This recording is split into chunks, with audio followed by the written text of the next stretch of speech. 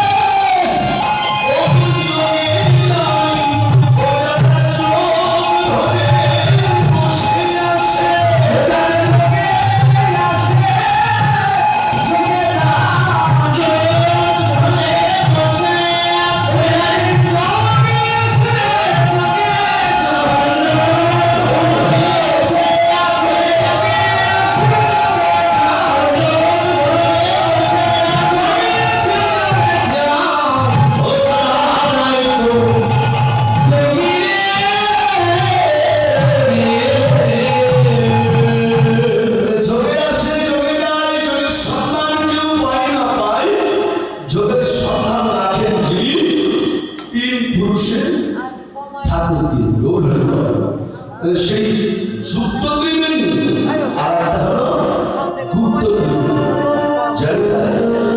এই গুপ্ত ত্রিবেণী হরে কৃষ্ণ কথা প্রকাশ্য নয় কেন জানি তাই বাবা এই গুপ্ত ত্রিবেণী আপন আপন গুরু আশ্রয় করে গুরুর কাছ থেকে জানতে হয় এই গুপ্ত ত্রিবেণীর কথা। রাধারানী বলছে আমি তিনটি নদী দেখেছি গোবিন্দের রাজচরণে, গঙ্গা, যমুনা, সরস্বতী। কোথায় কাবায় দেখেছিস? ও ললিতা, কোথায় দেখলাম জানিস? দেখলাম উপরে যমুনা।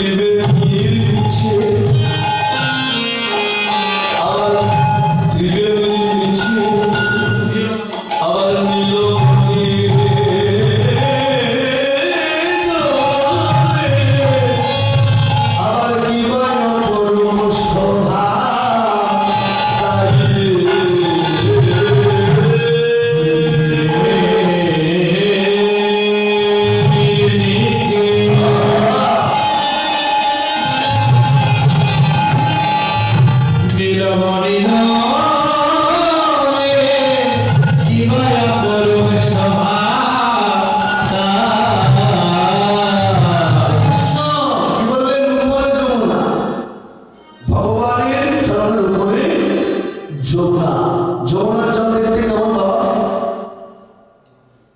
যমুনা দেখতে কেমন? কালো। তাহলে যমুনা কালো? সত্যি কালো যমুনা? হরে কৃষ্ণ। হ্যাঁ, ভোলা রাধে। আপনাদের পাশে যমুনা আছে না? তাহলে যমুনা বলছেন কালো, আর কে বলছেন ভোলা? হরে কৃষ্ণ। কিন্তু যমুনা যদি কালো হয় তাহলে কবির বর্ণনা ভুল হয়ে যাচ্ছে। কোন কবি? আমাদের জাতীয় কবি কাজী নজরুল ইসলাম, যিনি ভগবানকে নিয়ে অসংখ্য অসংখ্য ভজন, শ্যামা সঙ্গীত এবং বৈষ্ণব পদাবলী তিনি রচনা করেছেন। তার বাইরে বৈষ্ণব ছিল না, কিন্তু ভেতরটা বৈষ্ণব আত্মায় পরিপূর্ণ ছিল। আর তাই তিনি বললেন যমুনা কালো নয়, যমুনা কালো নয় গো,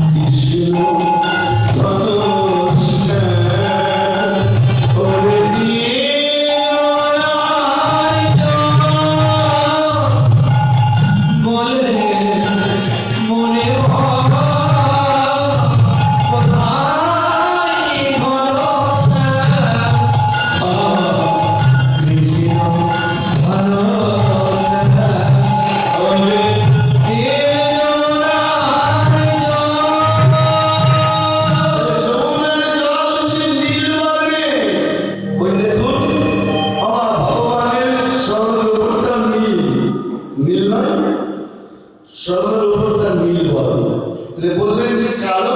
হরে কৃষ্ণ। এই যে আপনারা বলেছেন কালো, এটাও কিন্তু ভুল নয়, এটাও সঠিক। হরে কৃষ্ণ। এই যমুনা আগে নীল ছিল, এখন কালো হয়ে গেছে। হরে কৃষ্ণ। তার কারণ জয়দায় এরও কারণ আছে। আপনারা সকলে জানেন যে মহাদেবের সঙ্গে যখন সতী মায়ের বিবাহ হয়েছিল, জয়দায় সতী যখন বিয়ে হলো, সতী বাবার নাম কি? দক্ষরাজ। দক্ষরাজ স্বয়ংবরের আয়োজন করলেন। স্বয়ংবরের আয়োজন করলেন। হরে কৃষ্ণ। স্বয়ং বলরাম করলেন। কত কত সুদর্শন সুদর্শন রাজা তারা এলো, দেবতারা এলো। হ্যাঁ, হরে কৃষ্ণ, সকলে এলো। সতীর কাউকে পছন্দ হলো না, ভালো লাগলো না। তিনি বরমালা নিয়ে মহাদেবের গলায় পরিয়ে দিলেন। বরমালা নিয়ে মহাদেবের গলায় পরিয়ে দিলেন। দক্ষ রাজা রাগ হলো। কেন? এমন একজন শ্মশান বাসিনী পাগলা ভোলা, এর ঘর বাড়ি কিছু নেই, শ্মশান মশানে ঘুরে ঘুরে বেড়ায়, পাহাড় পর্বতে থাকে, এর সঙ্গে আমার মেয়ে বিয়ে দেবো না। কিন্তু সতী বায়না করবে যে আমি যাকে বরমালা দিয়েছি আমি তাকে প্রতিরূপে গ্রহণ করব। এই বলে বিবাহ হলো, কৈলাস পর্বত চলে গেলেন। অমেরা দক্ষরাজ যখন দক্ষযজ্ঞ করেছিলেন, হরে কৃষ্ণ, যখন দক্ষযজ্ঞ হলো, স্বর্গমর্ত পাতাল সবাইকে নিমন্ত্রণ করলো, কিন্তু একমাত্র নিজের মেয়ে জামাইকে নিমন্ত্রণ হলো না। হরি বল। সতী বাইরে চললেন, আমার বাবা তোমাকে নিমন্ত্রণ করুক আর না করুক, ওই যজ্ঞে আমি যাবো। হরি বল।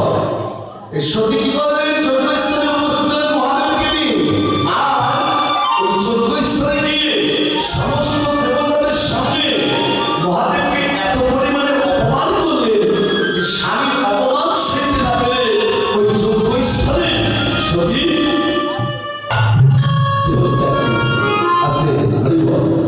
সতী দেহত্যাগ করলে। বাবা, সতীর মতন স্ত্রী যদি কারো মারা যায় সে কি আর ভালো থাকতে পারে? ওই মৃত দেহ নিয়ে ভোলা মহেশ্বর পৃথিবী ব্রহ্মাণ্ড পলায়ন করলেন। পৃথিবী ধ্বংস হয়ে যাচ্ছে, রসদ চলে যাচ্ছে। আর এমন সময় ভগবান নারায়ণ হাতে সুদর্শন চক্র খন্ড খন্ড হয়ে গেল। কয়েকটুকু হয়েছে? 51টা খন্ড। ওই যে ভারতের দক্ষিণেশ্বর, তারকেশ্বর, কালীঘাট, কামরূপা, কঙ্কালীতলা, এই যে আমাদের বাংলাদেশে আছে চন্দ্রনাথ পাহাড়, এই বগুড়াতে আছে মা ভবানী মন্দির, হরে কৃষ্ণ, সাতক্ষীরা জেলাতে আছে যশোরেশ্বর মন্দির। এক এক জায়গায় মায়ের একটা একটা অঙ্গ পড়েছিল, একটা একটা পীঠস্থান। বুঝব? হরে কৃষ্ণ। বাবা, এবার যখন মায়ের শেষ অঙ্গটা পড়ে গেল, মহাদেব শান্ত হলেন। শান্ত হয়ে গেলে তখন ভগবান নারায়ণ মহাদেবকে পবিত্র করার জন্য ভারতবর্ষের সমস্ত নদ নদী, গঙ্গা, যমুনা, কৃষ্ণা, কাবেরী, সিন্ধু, নর্মদা সকলকে ডেকে এক জায়গায় করলেন, যাও তোমরা যে কেউ একদিন গিয়ে মহাদেবকে স্নান করিয়ে দিয়েছ। স্নান করালে একটা উপকার হবে আর একটা ক্ষতিও তোমাদের হবে। উপকারটা কি? উপকারটা হবে এই যে মহাদেবের মতন পরম বৈষ্ণবের স্মরণ তোমরা পক্ষের মাঝে পাবে। আর ক্ষতি হবে কি জানো? মহাদেবের অঙ্গের তেজ সহ্য করতে না পেরে তোমাদের যার রূপের পরিবর্তন হয়ে যাবে। এই কথা শুনে গঙ্গা বলতে, প্রভু আমার কাজ আছে, আমি কি ঘুরে আসবো। চলে গেল গঙ্গা। সরস্বতী বললেন, প্রভু আমার একটু কাজ আছে, আমি একটু ঘুরে আসি। চলে গেল সরস্বতী। অমেরা এক এক করে সবাই অজুহাত থেকে চলে গেল, একমাত্র যমুনা দাঁড়িয়েছিল। ভগবান বললেন, কি গো যমুনা, সবাই চলে গেল, তুমি যাবে না? যমুনা বলে, ভগবান রূপ যৌবন্ত মাত্র দুদিনের জন্য, আর আছে কাল আর থাকবে না। কিন্তু মহাদেবের মতন পরম বৈষ্ণবের চরণ আমি পক্ষে পাবো, এই সুযোগ আমি হাতছাড়া করবো না। ওই নীল যমুনা আজ মহাদেবকে স্নান করে তার অঙ্গের তেজ সহ্য করতে না পেরে ওই নীল যমুনা আজকে কালো হয়ে গেছে। ভগবান বললেন,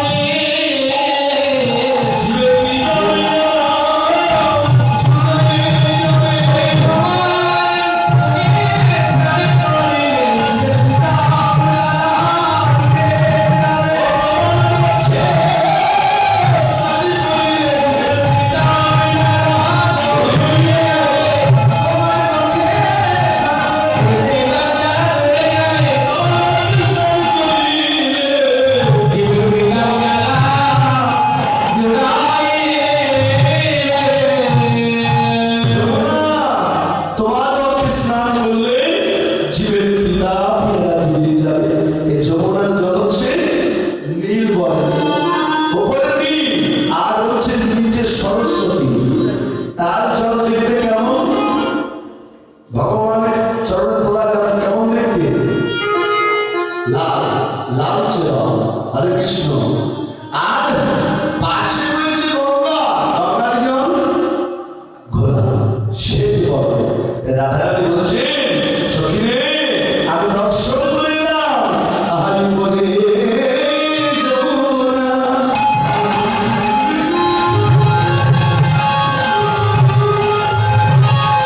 নিচে সরস্বতী,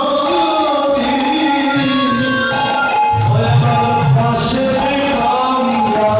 গঙ্গা, উপরে যমুনা।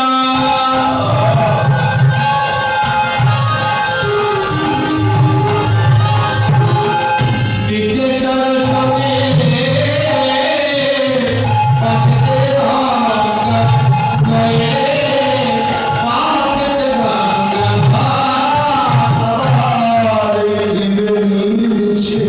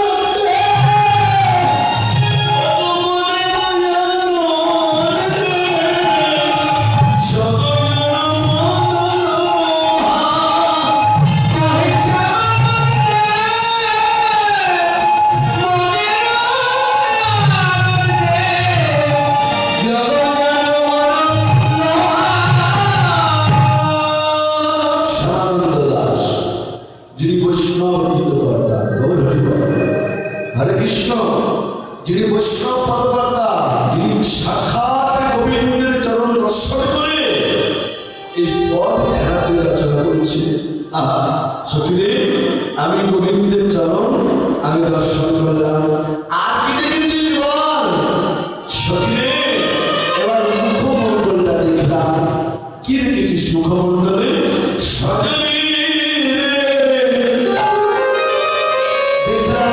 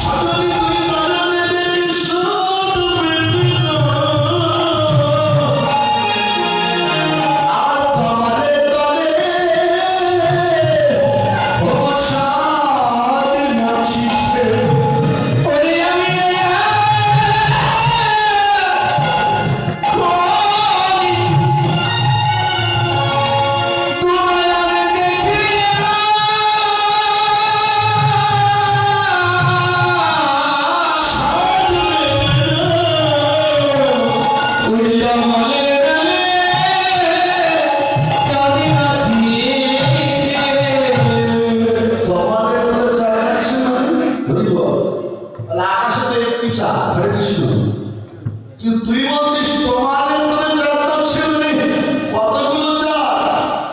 রাধারানী বললেন সখিনী, আমি একটা একটা করে চাঁদগুলো গুনে গুনে দেখেছি। কতগুলো চাঁদ দেখেছিস? রাধারানী বললেন ললিতা রে, আমি গুনে গুনে দেখলাম। কতগুলো? দেখলাম যেন 24.5 খানা চাঁদ না ছিছে সখী আর রথি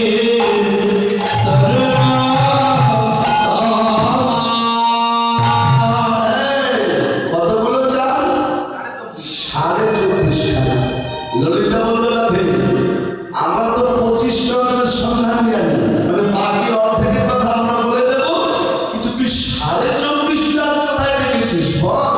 ও মায়েরা, তোমরা দেখেছো কখন 24.5টা দেখেছ? এই 24.5টা শুধু গোবিন্দরই নয়, প্রত্যেকটা মানব দেহের মাঝে 24.5 চন্দ্র আছে।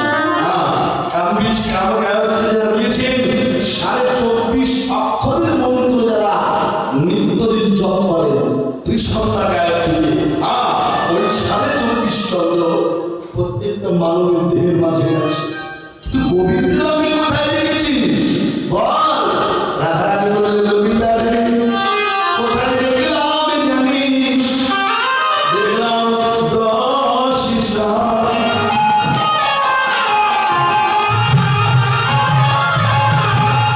ওই নাচে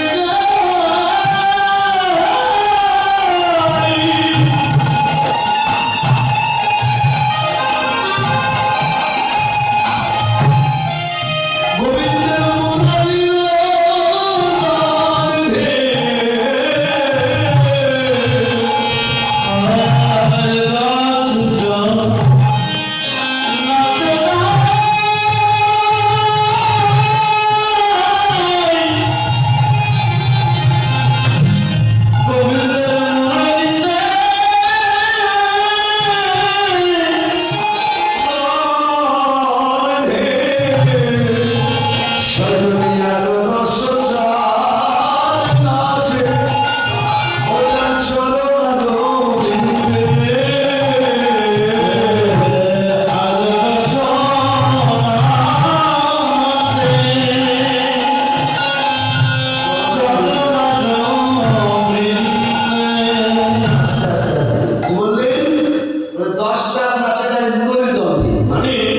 হাতের নখে 10টা চাঁদ, একটা একটা নখকমল, একটা একটা চন্দ্রের নেই।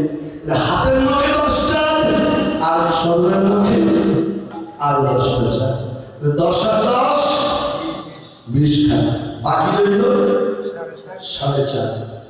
ললিতা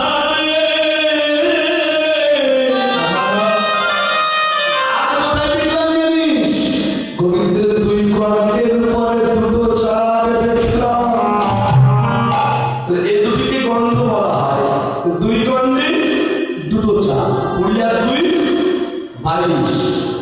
আর মুখমণ্ডল আরাকে চন্দ্র, মুখমণ্ডল আরাকে চন্দ্র। পদকর্তা পদে কি বলেছেন? ও মুখমণ্ডল জীবী শারদ সুধাকর তরু রুচি তরু তোমা।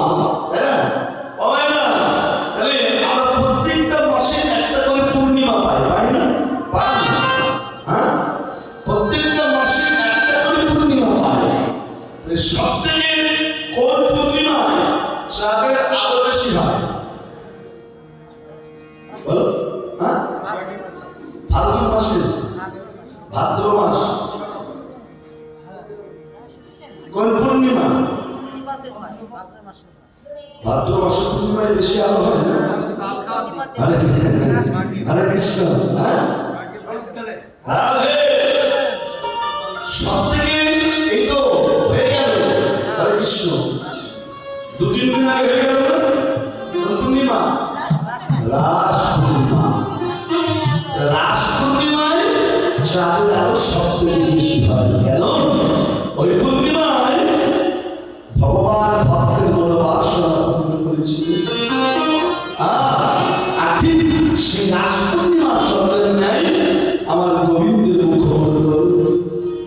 23 সজনী গোবিন্দের ললাটের উপরে তিলকের বিন্দু দেওয়া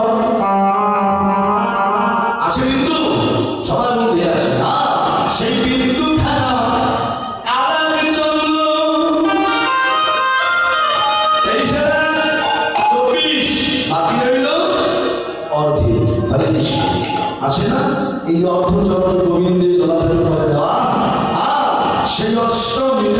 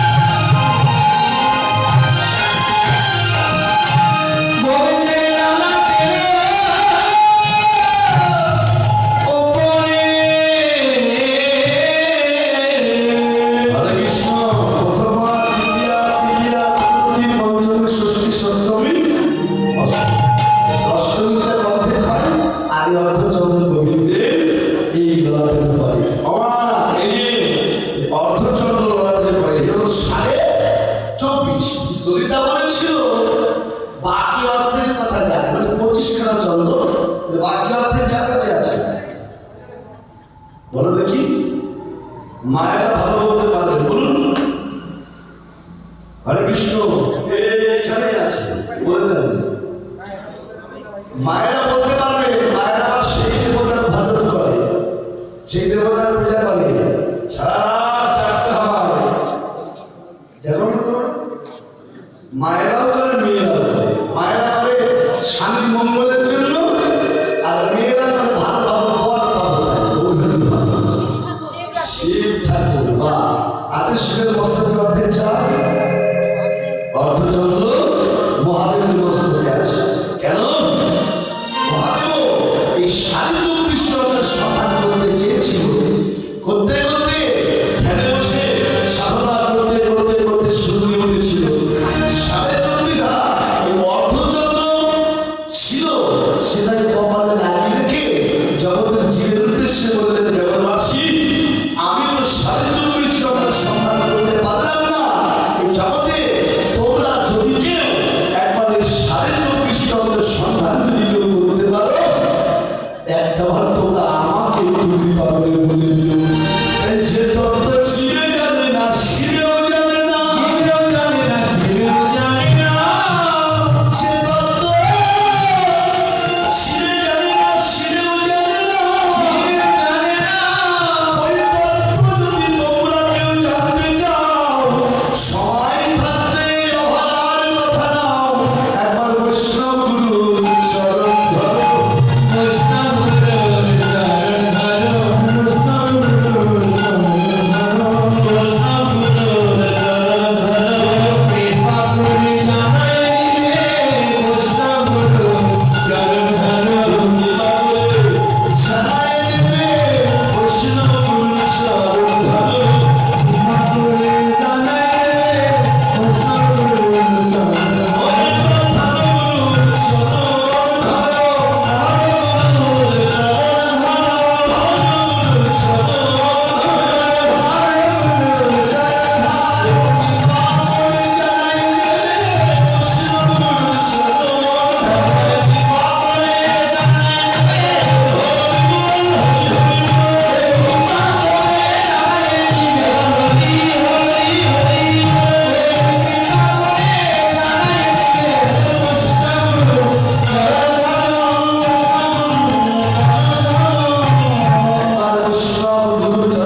ধরো,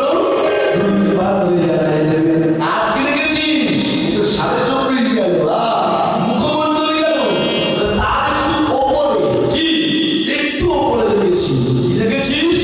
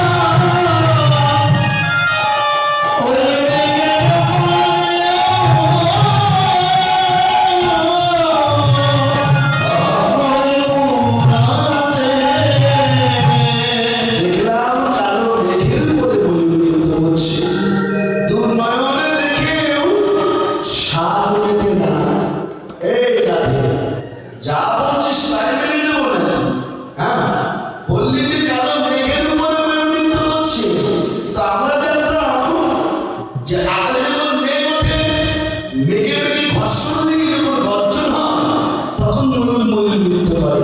আর তুই বলছিস মেঘের উপরে ময়ূর নৃত্য করছে। রাধারানী বললেন আমি যা বলেছি তা ভুল বলিনি। তার মানে বলেন চেয়ে দেখ গোবিন্দের বস্ত্রের উপরে একটা চূড়া আছে, আছে না? আর চূড়ায় একটা পাখা দেওয়া আছে, কিসে? ময়ূরের পাখা। ঘন কালো চুল, এই চুলটাকে মেঘ মনে করে ওই চূড়ার উপরে ময়ূর পুচ্ছ আকাশ থেকে দৌড় দিচ্ছে। তো রাধারানী সেই ময়ূর পুচ্ছ অস্ত্র বলে বলছে কালো মেঘের উপরে ময়ূর নাচে, কালো মেঘের উপরে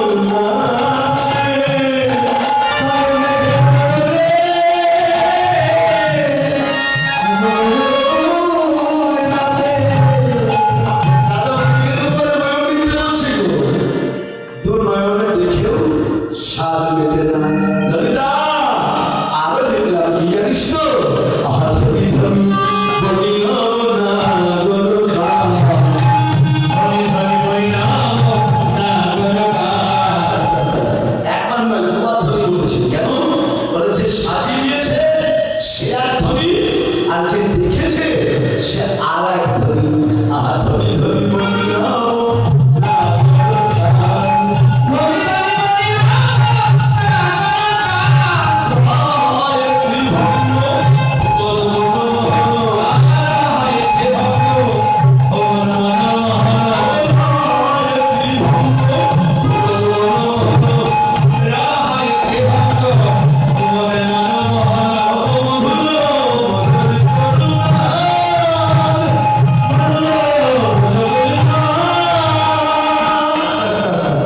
কি বললেন? হরে কৃষ্ণ। রায় ত্রিভঙ্গ মধা ভুবন মনোহর, আবার মধুর মনোরম গান। সখী আর দেখলাম কি জানিস? আহা তর মনোয়ালা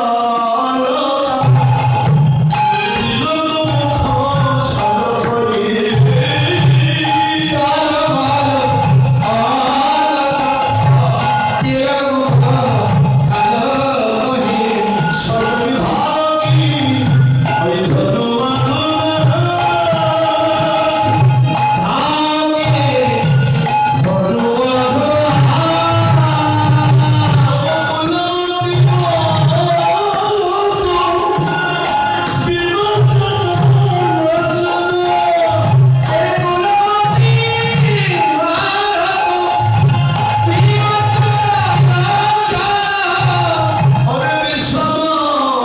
কুসুম